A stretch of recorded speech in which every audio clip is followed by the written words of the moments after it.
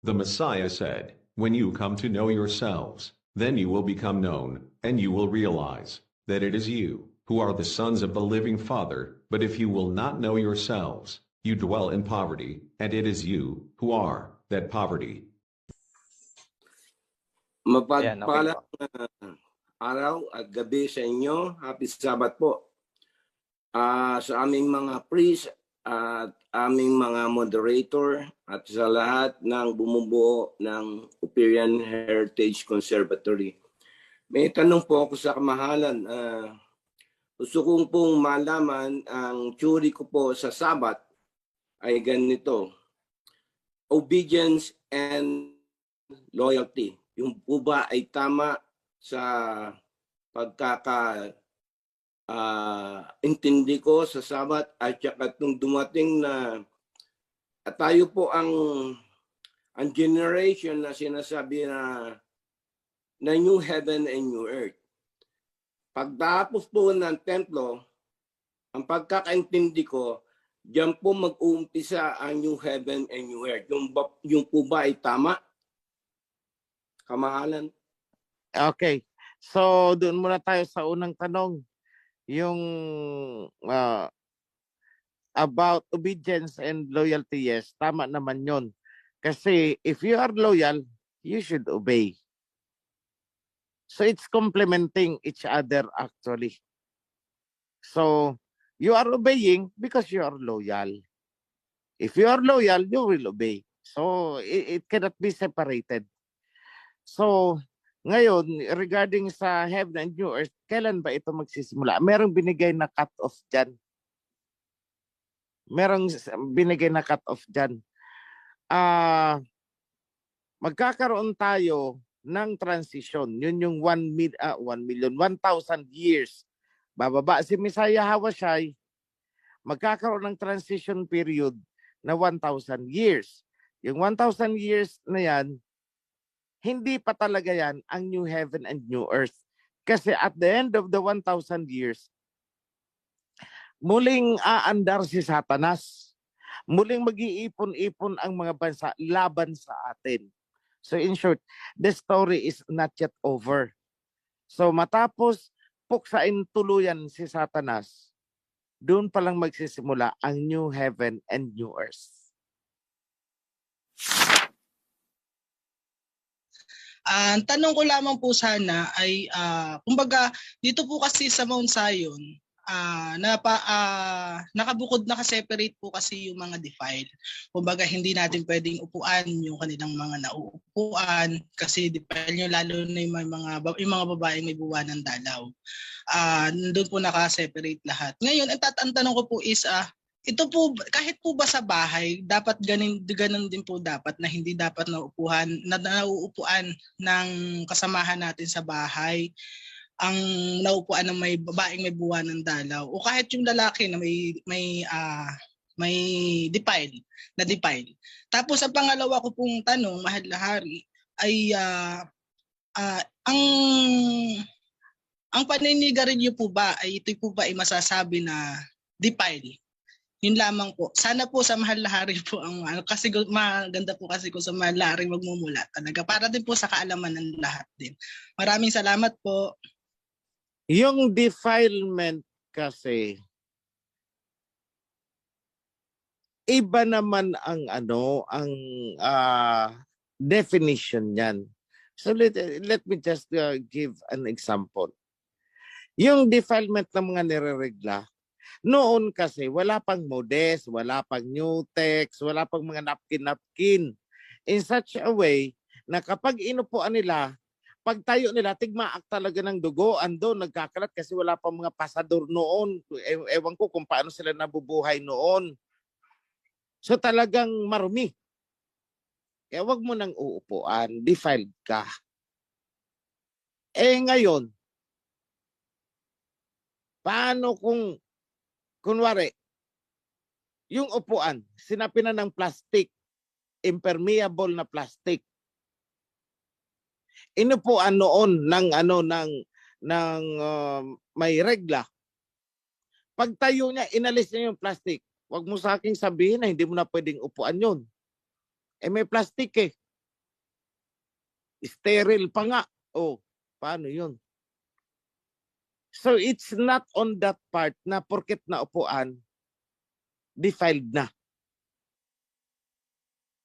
So we have to look at it with practicality also. Ganyan din naman sa hawak-hawak. Diba? O noong kapanahunan, di may dugo-dugo sila. Hahawak-hawak, siyempre hawak, maglinis yan, pamaya-maya maghuhugas. Tapos hahawak sa'yo, madi-defile ka, makukontaminate ka. Paano kung may bacterial infection yun? O hindi madilipat sa'yo. Kaya as a safety rule, defiled ka, huwag kang lalapit. Huwag kang hahawak. O yung may mga leprosy, same principle. Yung may mga sugat-sugat na may nagnanaknak, same principle. Yung inupuan no, nalagyan ng nana niya, huwag kang uupo doon. Kailangan ma-disinfect mo na yun, malinisan, overnight man lang. O ganun yun. Pero ngayon, iba na. Noon ang nalaglagan ng butiki na palayok, binabasag na yan. Hindi na gagamitin. Kasi wala pang joy noon. Ngayon kaganda-ganda, Pyrex. Nalaglagan ng butiki, babasagin mo. Hindi, i-sterilize mo na lang kung extra hygienic ka sa particular ka masyado sa sanitation. I-sterilize mo. Wala na ang defilement yan. Kasi, titingnan natin, ang defilement has a principle of infection control. Yan. It's not only spiritual. Infection control din yan. So yung upuan, sinapin na ng plastic, sterile yung upuan, sinapin na ng sterile na plastic, inupuan ni may regla, pagtayo, dala niya yung plastic, sterile pa rin naman yung upuan na defiled yun. Hindi. Pwede mong upuan yun. Nakuha nyo? So ngayon, kaya natin inihihiwalay ang mga may regla ngayon at this time because on the ceremonial side, not really on the contamination. Huwag kang hahalubilo because may regla ka. So we are looking at the spiritual side. Pero yung inupuan nun, I don't think hindi mo pwedeng upuan. May napkin naman yun maliban na lang kung natagos. Wag mo nang upuan yun, natagos pala Mamaya, may yan kung anong di ba? Kailangan isunrox muna yon, i-bleach, i-disinfect yun. Yun ang principle dyan, with all practicality. So spirituality and practicality, kailangan nating i-consider yun. Yun, paninigarilyo. Hindi po defilement ang paninigarilyo.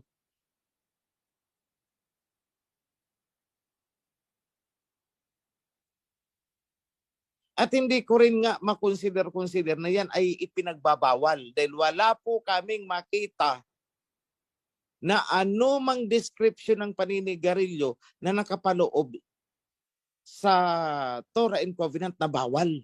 Wala kaming makita Ginalugad na namin yan.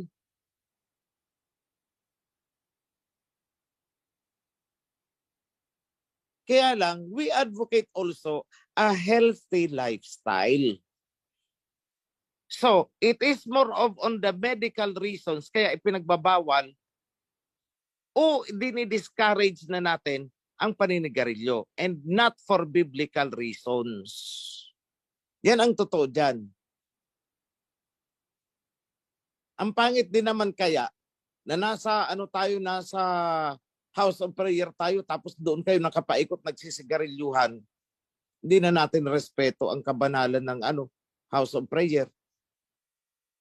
So sa akin, at least man lang, do your best. If you're smoking, do your best not to smoke within the Sabbath day. Ano ba naman yung 24 hours? Pagtiis ka muna, mag-candy ka na lang kaya muna.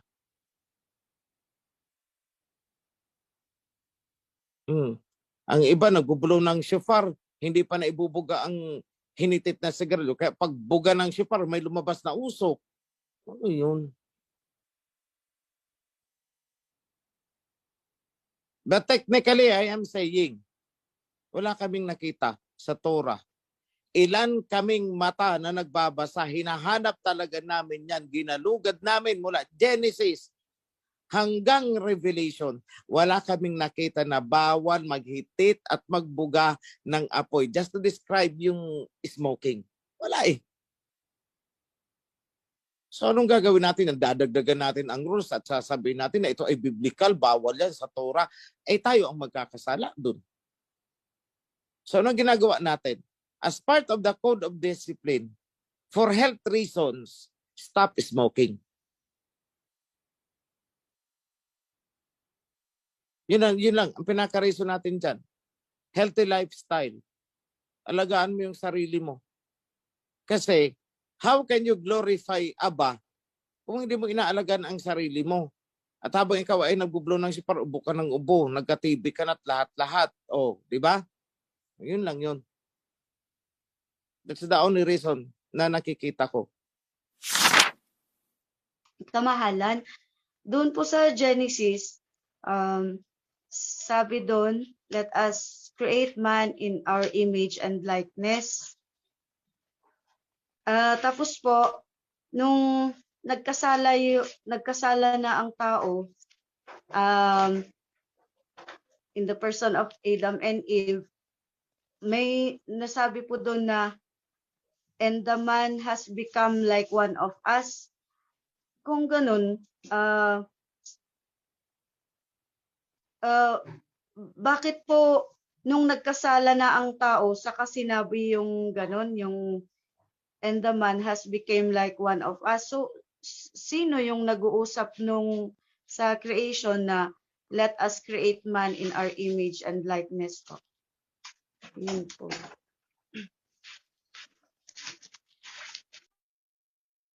Kamahalan, nakamute po kayo. Okay. Sis, may tatanong ako sa'yo kasi kumbaga sa lesson, pang grade 1 yan.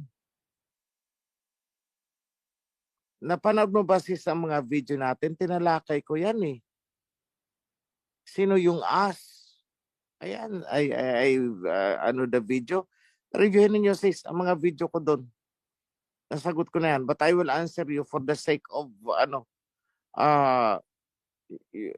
the question, for the sake of others. Pero ako, ang lagi ko masasuggest sa inyo, panoorin nyo paulit-ulit ang mga video dahil ang mga katanungan ninyo, actually lahat ay nasagot na doon.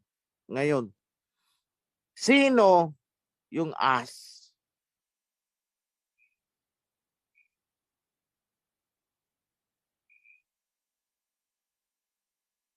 Sa tingin mo sino kaya?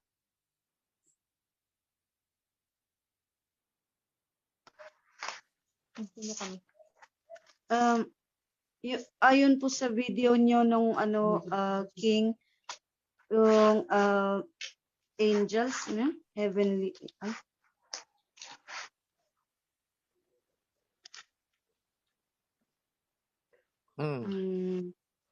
yung mga high-ranking angels po. Oh, yun. Pero yes po, King, pero nagtaka lang po kasi ako, bakit nung nagkasala si Adam and Eve, sinabi na, and the man has become like one of us. Hindi naman so po laruin ko sa'yo. Sino ang first creation?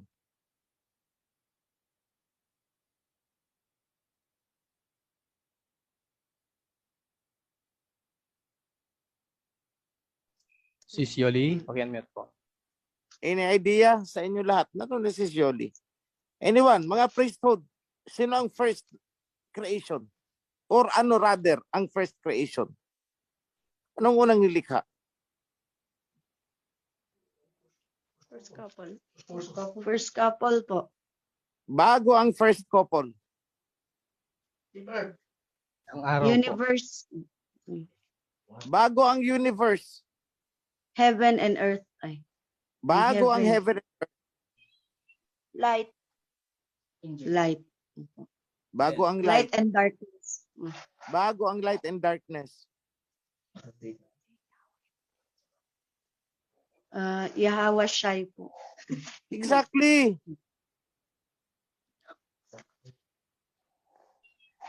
Exactly.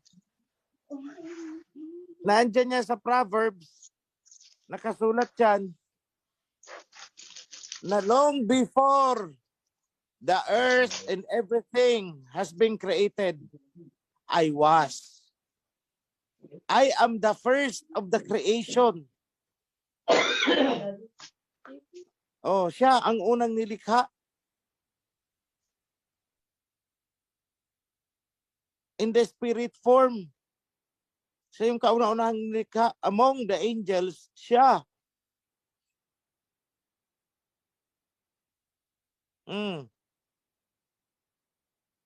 Wala pa ang lahat. Nandun na siya. Bakit? Sino siya? Ang sabi, in the beginning was the Word. Ano yung Word? Di ba spirit? You cannot touch it.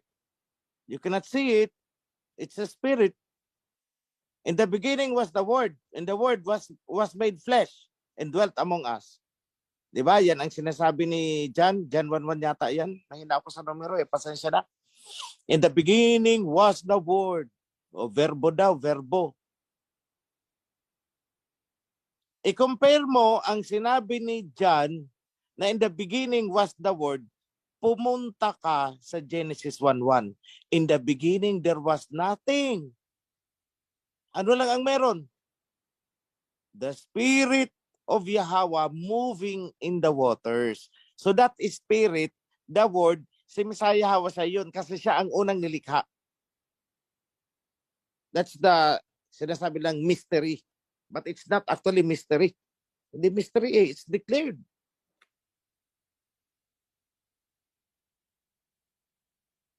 Ngayon, ano yung image? Let us create man according to our image.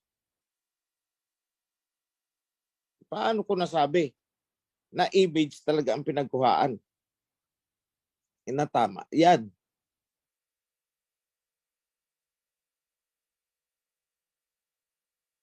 Di ba si Messiah Hawashai nagpakita naman in the Old Testament? Una siyang nagpakita kay Abraham. Correct? Kaya nga ang tawag na kay Abraham is my friend. Kaibigan ko. Si Hawashai ang isa doon sa tatlong angel na pumunta kay Abraham na pinakain pa ni Abraham. Nung gugunawin ang Sodom and Gomorrah. O pag alis doon ni Messiah Hawashai, ang sumunod na mga doon na eksena, ano ang sabi?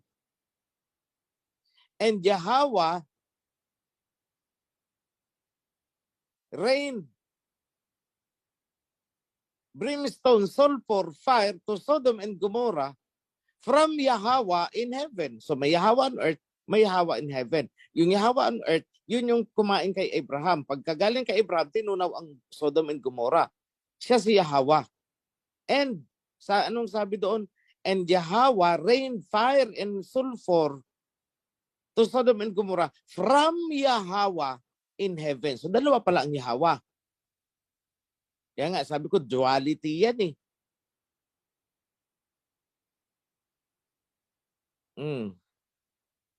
Ngayon, bakit Yahweh din ang pangalan ni Messiah Yahweh siya noong sa Old Testament at the time na hindi pa siya isinisilang bilang flesh talaga as in flesh. Although nakakapag-manifest siya as flesh noon. Bakit? Bakit Yahweh din siya? Because sabi niya nga, I come in my Father's name. Ibig sabihin, ang pangalan na gamit ko ngayon sa pagpunta ko ay ang pangalan ng aking ama. Junior and senior yan. Maraming kumutya sa akin noon. Hindi naintindihan ang sinabi ko. Na parang senior, junior itong anak. I come in my Father's name. Pumunta ako sa pangalan ng aking ama. Ibig sabihin, pangalan ng ama ang gamit niya nung siya ay pumunta dito. And there are so many other supporting verses niyan. Oh, kailan siya muling nagpakita? As in talagang human na human siya. Ang shape, ang kanyang image. O nung lalaban sina Joshua sa Jericho, di ba? Bumaba siya. Siya yung chief or the commander of the heavenly host. Na hindi nakilala ni Joshua. Sabi, ang tinanong ni Joshua, kanino ka ba? Sa amin o sa kaaway namin?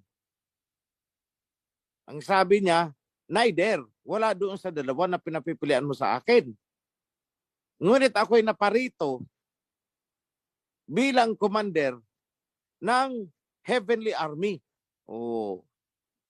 Sino ba ang commander of the heavenly army? Di ba't si Messiah Hawa siya yun?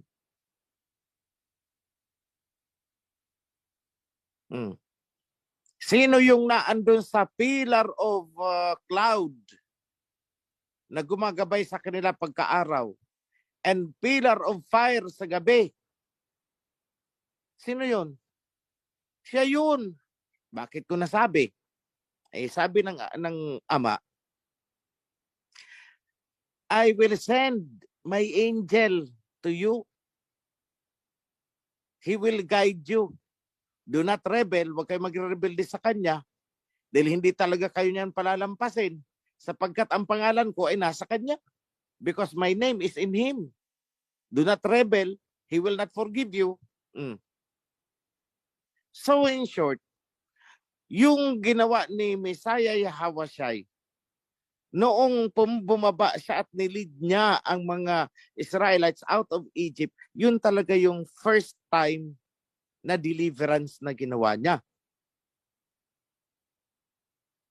Yung second attempt niya, yung isinilang siya sa pagka-flesh.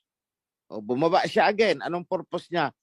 For deliverance ng mga Israelites kasi sinakop ng Roma. The third time na babalik siya dito, actually yung sinasabi lang second coming is not second coming, actually it's third coming kung tutuusin. Kung hindi na natin isasali yung kay Abraham noon, yung deliverance lang deliverance. This is the third coming, this is not second coming. Yung nagsasabi lang na second coming ay yung hindi nakakaintindi na si Messiah Yahawashai pala yung nag-lead sa mga Israelites palabas ng Egypt. That was the first time. The second time nung isinilang siya as flesh. The third time, he will return as the Almighty King of Kings. So third coming ito, hindi ito second coming. And even between those, itong mga sinasabi natin, first coming, second coming, third coming, hindi ibig sabihin na out of the blue siya talaga, wala siyang contact dito. Pabalik-balik po si King Yahawashai dito sa mundo kahit hindi pa siya nagmamanifest ng kanyang third coming. Pabalik-balik po siya dito, believe me.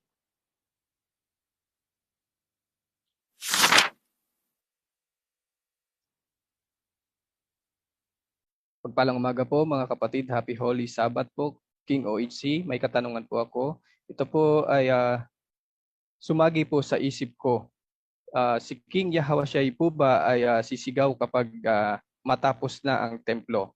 Maraming salamat po sa paglilinaw, King OHC.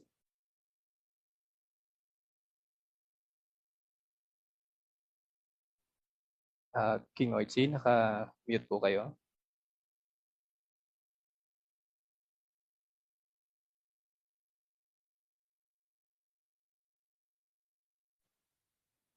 Okay.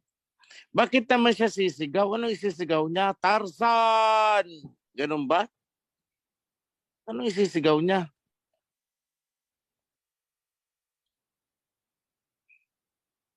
Malinaw po, kapatid na Bro Dar, sa ating chat box, wala pong isisigaw ang ating Yahawashai.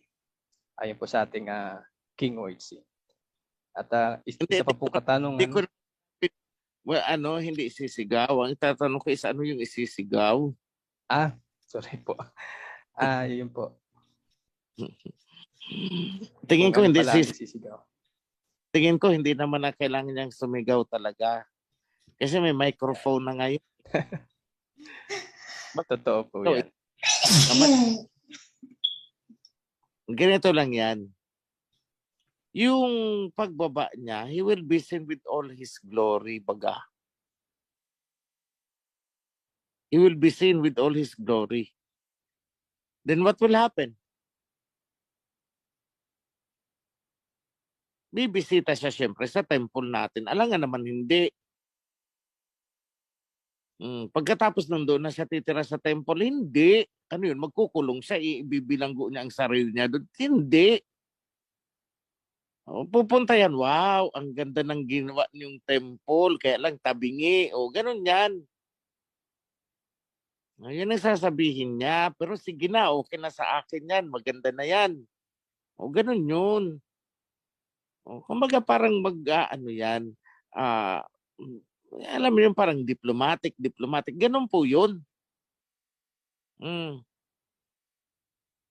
Yung sasakyan niya, siyempre, hindi yung helicopter ang cheap naman. Kung ang Russia nga, merong jet na faster than sound, tapos pasasakayin mo si Hawashai sa helicopter. Siyempre, hindi.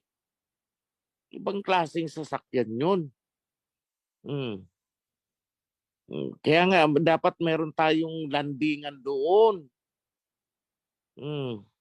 Vertical landing yan. Hindi yan yung magkakailangan pa ng runway. Ang cheap naman nun. Huwag kayong mag-isip ng pantasya ha. Baka iniisip na ninyo nakasakay siya sa kabayo at tigidig sa mga ulap. Naku po, pantasya po yan ha. May transport vehicle po siya. May chariot siya. O parang yung sinakyan ni Elijah noon. Hindi naman talaga kabayo yun. Ginamit lang symbolic kabayo just to describe na transport vehicle. So meron din niya si Messiah Hawashai. Hindi pwedeng kabayo na nagtigidig sa mga ulap. Kung ang Russia nga, merong jet plane na faster than sound. Tapos siya, kabayo na nagtitigidig. So, wag po. Ano yan? Pantasya yan. Okay? So, ano yan? Huwag nyo pong ano yan. Kasi may mga dinescribe si Prophet Ezekiel na talagang hypersonic na mga ang description niya eh. High-end talaga kung gagawin ng tao. Okay? Ang pagpapala ng Aba sa ating lahat. May tanong po ako, pasensya na po kung hindi related sa topic ngayon. Sina Mark at Luke po ba ay apostle? Kung sina Mark at Luke po ay hindi apostle, maalis po ba ang mga naisulat nila sa ating magiging Torah sa ngayon? Salamat po. Yun po ang kanyang katanungan. Okay. Ganito yan. Lahatin ko na itong Matthew, Mark, Luke, and John. Hindi naman po yung mga apostles ang nagsulat niyan. Ni isa pong apostol ay hindi nagsulat dyan sa 1, 2, 3, 4 na yan na for square gospel na yan. Mga paparazzi po yan. Kagaya po yan ng Rappler, Manila Bulletin, mga reporter ba? Na ang kinover nila is yung buhay ni Messiah Hawashai. Kaya pag makikita ninyo, kung anong laman ng Matthew, yun din ang laman ng Mark. Kaya lang mahina ang reporter ng Mark, hindi niya nakuha lahat ang naisulat ni Matthew. Hindi ni Matthew, nang sumulat ng Matthew. Tapos, yung kay Luke, medyo mas maganda. Si Mark ang pinakamaiksi dyan eh. Yung kay Mark. Yung kay Luke, medyo mahaba-haba yun at may mga portions doon na hindi detalyado kay Matthew, hindi detalyado kay Mark, detalyado pagdating kay Luke. Okay. At si John, may mga sinulat doon kay John na wala doon sa Matthew, Mark, and Luke. Okay, yung kay Jan, kagaya na in the beginning was the word, and the word was made flesh, was with Alahayam, and the word was Alahayam. O yan. Yan, Jan 1:1 yata yan. Naalala ko na. Yung verbo. Okay? So, ngayon, saan galing ang mga isinulat na yan? Galing lang naman yan sa mga salita ni Messiah Hawashai. Kaya lang ang problema, may mga simplang na pagkakasulat. Kagaya nung nire-review namin kagabi, kaya natagalan kami. Yung part kay Matthew, kay Mark, nang sabi is, yung mga disciples, yung mga Pharisees, at saka mga teachers of the law, question si Messiah Hawashai at saka mga disciples si Messiah Hawashai. Ang tanong is ganito, bakit kayo, yung mga disciples ni Hawashai, hindi nagpa-fasting, samantala ang mga disciples ni John the Baptist ay nagpa-fasting daw. Yun. So take note, ang nagtatanong, ayon kay Mark yata yun, ay yung mga Pharisees. Pagdating kay Luke, iba naman ang nakasulat. Ang nag-question naman ay yung mga disciples ni John. O yung mga ganon, sali-saliwaan yan. Bakit? Kasi mga reporter yan eh, parang lang buhay ni Duterte. O nagpa-press conference na andun din ang Rappler, reporter, andun yung reporter ng Manila Bulletin, andun din ang reporter ng ganito. Kung saan pumunta si Duterte, sunuran na naman sila. Nagko-cover. Pero bakit iba-iba ang mga kwento?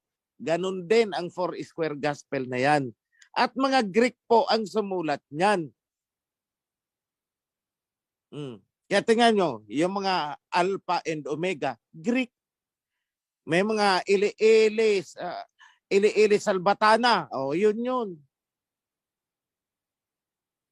Yung mga yung may GOD, why hast thou forsaken me? Kalokohan yun.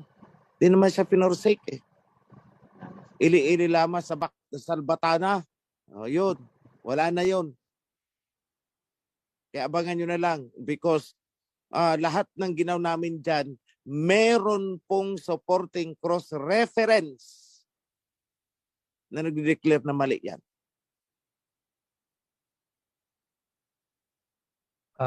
Kamahalan, So, nasabi niyo po na okay po. Yung na yan, yung Four Square Gospels na yan, hindi po yan sinulat ng sino mang apostol.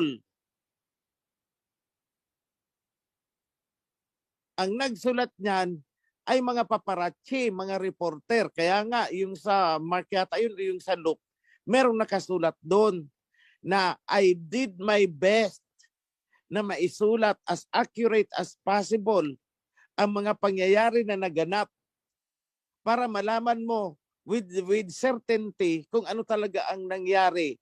Dear Theophilus. O kita mo, report na para kay Theophilus. Tapos ginamit ninyo sa banal-banalan ng mga sekta-sekta sa banal-banalan. Reporter ang nagsulat eh. Nagre-report nga siya kay Theophilus. Journal niya yun. Pinadadala niya kay Theophilus. Hindi po yun sinulat ng mga disipulo. So ngayon, aalisin ba? Hindi natin inalis, kinoreksyonan lang natin. Kasi mga anecdotal report yan na talagang may Messiah na isinilang. May Messiah talagang namatay. So hindi po yan aalisin. So ang hindi ko lang maintindihan, bakit ipinangalan kay Matthew? Pero hindi naman si Matthew. So dapat dyan, it's not Gospel of Matthew. The book of Matthew siguro as written by this ganitong author. O yun ang wala. Kasi siguro kung gusto na lang maging mabenta ang kwento nila, kaya ipinangalan kay Matthew kasi popular si Matthew. O yun lang nakikita naming reason dyan. So marami pong kinoreksyonan dyan. So ang four gospels na tinatawag na yan, those are four articles written by different reporters, kumbaga sa panahon natin ngayon.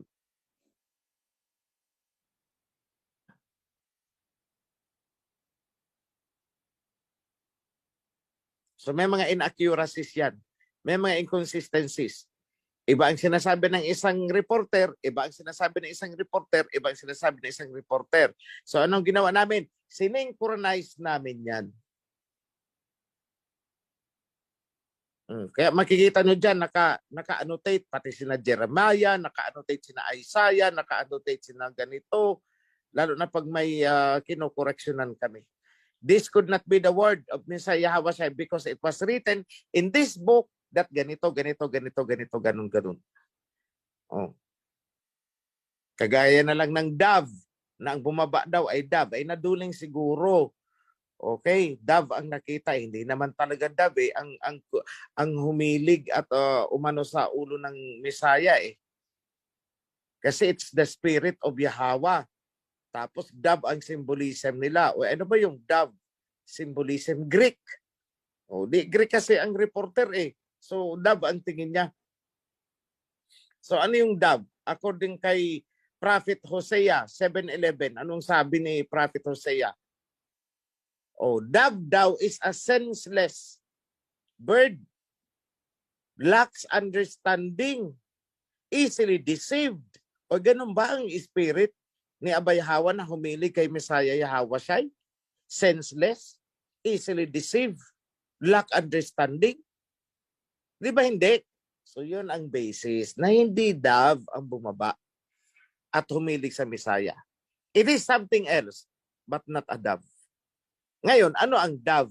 Yan ang symbol ni ng mga Babylonians niyan, si Ishtar Inanna. Okay, dove ang symbol ni Ishtar Inanna, which is a symbol of sex, love, and war. Oh, yun ang dove. Oh, that is the Ishtar Inanna. Oh, yung Babylonian goddess yan. O yun, ang symbolism na ginagamit nila kay Ishtar Inanna na dove, yun ang inilagay kay Messiah. O kasi mga Greek nga ang nagsulat niyan.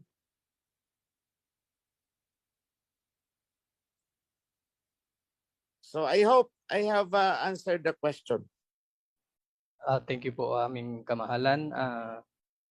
May tuturing po ba natin na yun ay documentary lamang kasi nasabi niyo po na ito ay mga sinulat ng parang mga reporter lamang Yes. po, ano po? Yes, we must Okay. consider it as a simple documentary report. Okay. So malinaw po, Huwag natin kapatid. sabihin ay pag gospel ay banal-banalan. Ito, banal. Hindi po ang mga disipulo ang nagsulat niyan, kundi yung mga reporter. So bakit ginagamit natin? Because that is a document na meron talagang Messiah. Yata. Yun lang naman yun. Magandang hapon po, lalong-lalo na po sa ating priesthood at sa ating mahal na hari, King Ofirio.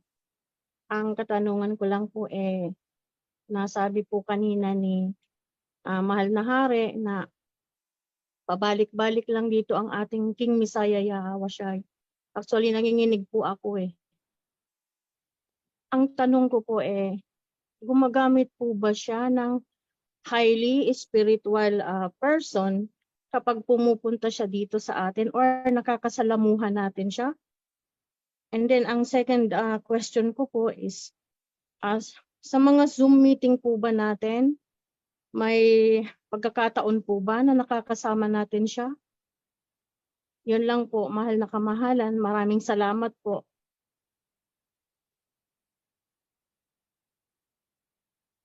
Ganito yan. Kasi madali kong sagutin pero hindi nyo mauunawaan. Yung tao ay may physical body. May physical senses. Yun ang limitasyon. Ang alam natin, we only have 5 senses. Pero higit pa doon, we have the 6th and the 7th senses. Ngayon, Messiah Yahawashai at this point is spiritual body siya. Ibig sabihin, hindi nyo maririnig. So for that reason, kailangan niya ng physical na dila, physical na katawan para marinig nyo. In the same manner, na kung si Messiah Hawasay noong panahon ng Israelites ay hindi nagkatawang tao, hindi siya maririnig ng mga tao at mas lalong hindi siya paniniwalaan. Yun lang yun.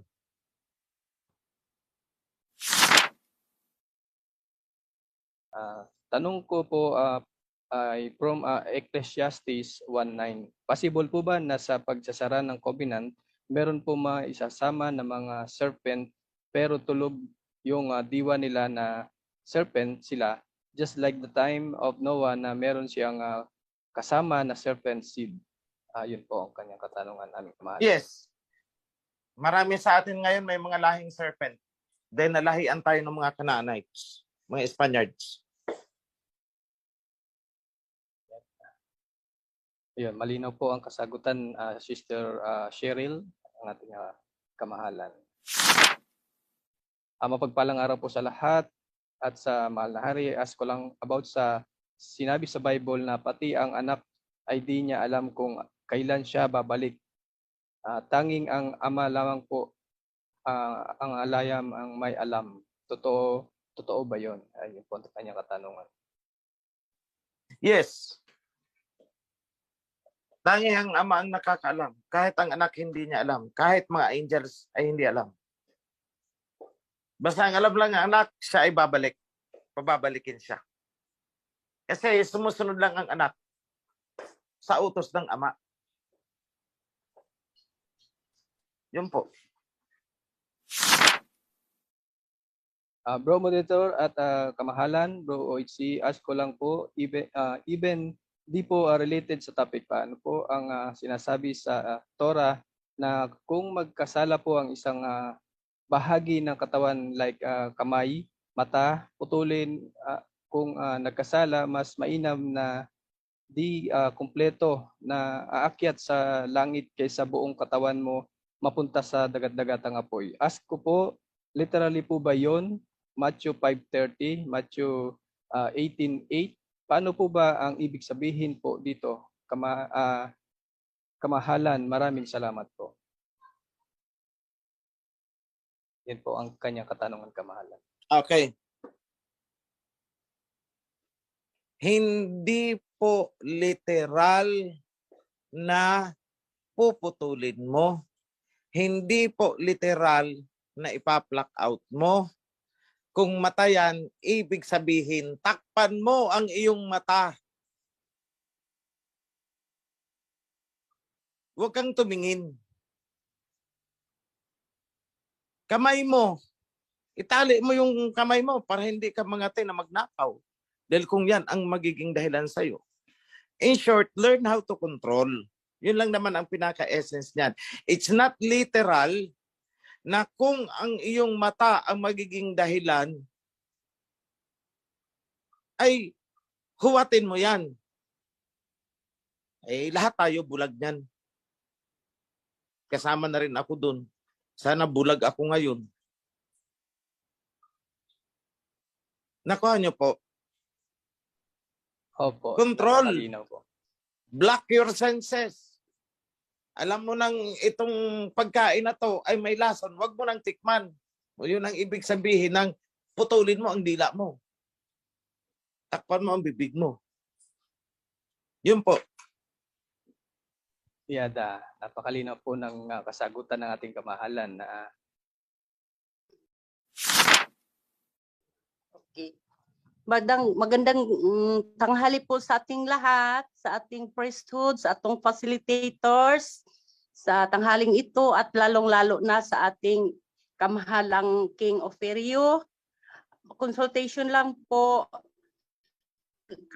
Nangyari po ito, Haring OHC, sa kapatid ko kasi noong elementary pa lang po siya, may na-encounter po siya na matanda na nakasuot po ng yung sako na kulay brown po. Tapos tinanong niya kung saan siya pupunta. Tapos sabi po ng matanda na mag-ikot daw po siya sa buong mundo. Tapos tinanong po ng kapatid ko na paano po kayo makarating sa pag-ikot po sa buong mundo. Wala po kayong sasakyan na kaya pa po. Tapos sabi niya po, maglakad lang daw siya sa dagat. Ang tanong ko po, kasi noong una po, hindi pa niya alam itong COVID. Noong nasumpungan niya na ito sa pamamagitan ko, King Uitsi, nadala ko ito. Ngayon, sinabi niya sa akin, sis, baka kasi noong pag-attend po niya ng atonement, doon naalala niya noong maliit pa siya, noong grade 4 pa po siya, naalala niya yung suot sa matanda at saka yung sinusuot po namin na ano po, yung sako po. Tanong ko, King Uitsi, sa ano ko lang po, sa diwa ko, yun siguro ba si King Hawashai na na-encounter po niya noon? Yun lang po, mahal na kamahalang Ofirio. Salamat po. Okay. Kulang ang detalye kasi hindi niya naman sinabi kung ano ang gagawin dahil sa pag-iikot sa mundo. So I could not tell. Hindi ko masabi dahil walang sinabi bakit siya iikot sa mundo. Ano daw po, King Uitsi, hihingi po siya ng mga pagkain sa bahay, tubig, ganun po. Tapos ano, yung tinatanggihan po siya sa mga kabahayan po.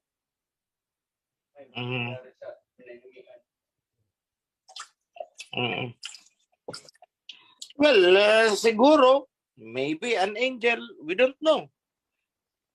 We don't know.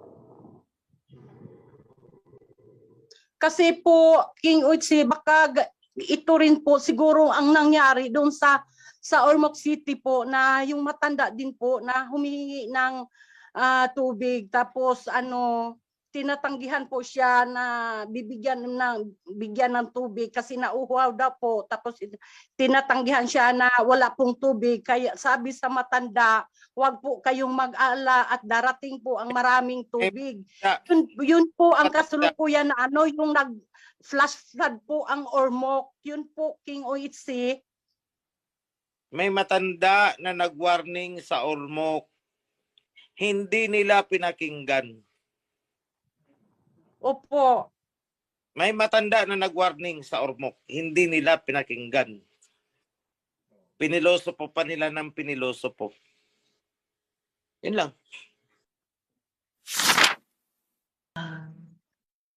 Magandang umaga po, mahal na hari at aking mga kapatid. Happy Sabat po sa lahat. Ang katanungan ko po, nung nasa quarantine area po ako, meron pong na-post na Philippine-China understanding po. Meron po kasi akong napansin na isang matanda, ang pangalan po niya ay si Mauro Gia Samonte. Ang sabi po niya kasi doon na paulit-ulit po na nagbabala sa occasion po na yon, nasabi po niya na mag-ingat po kayo sa mga propaganda ng mga Amerikano laban sa China. Tapos yung pangalaw po niyang sinasabi na maging mapanuri kayo sa mga masses ng mga simbahan. Yun po ang sinabi, mahal na hari. Ano po bang ibig sabihin ng matanda na yun?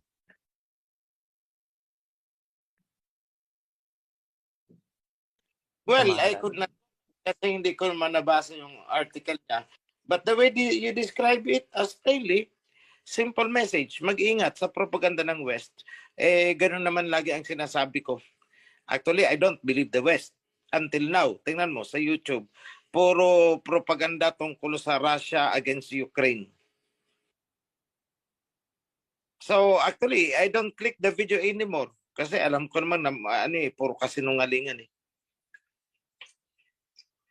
It's a form of saywar para yung mga sumusuporta sa Russia ay panghinaan ng loob. Kasi pinalalabas nila, talo na daw ang Russia, surrender na ang Russia, kung ano-ano. So things like that. So don't believe. Yun lang.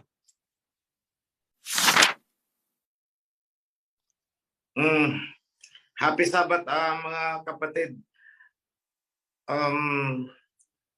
Maiksi lang ang sasabihin ko sa inyong lahat. Ang buhay natin ay maiksi lang. Ganun kaiksi ang sasabihin ko. Ang buhay natin ay maiksi lang.